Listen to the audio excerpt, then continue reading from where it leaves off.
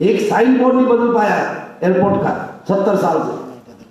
एक मूर्ति नहीं बैठा पाया, उसके लिए पैसा नहीं चाहिए।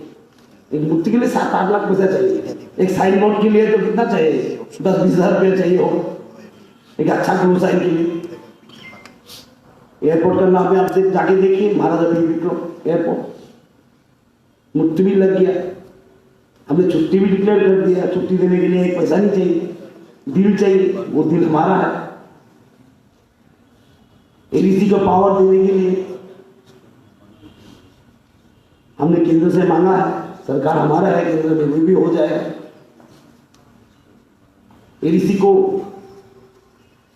जो पैसा नहीं मिल रहा था इतना, एक्स्ट्रा पैसा तो दूर का बात, जो जीपी में मिल रहा था,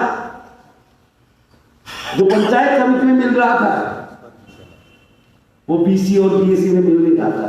संजय जुमाते बैठा है, वो साक्षी है, अभी मिल रहा है बीएससी में पैसा।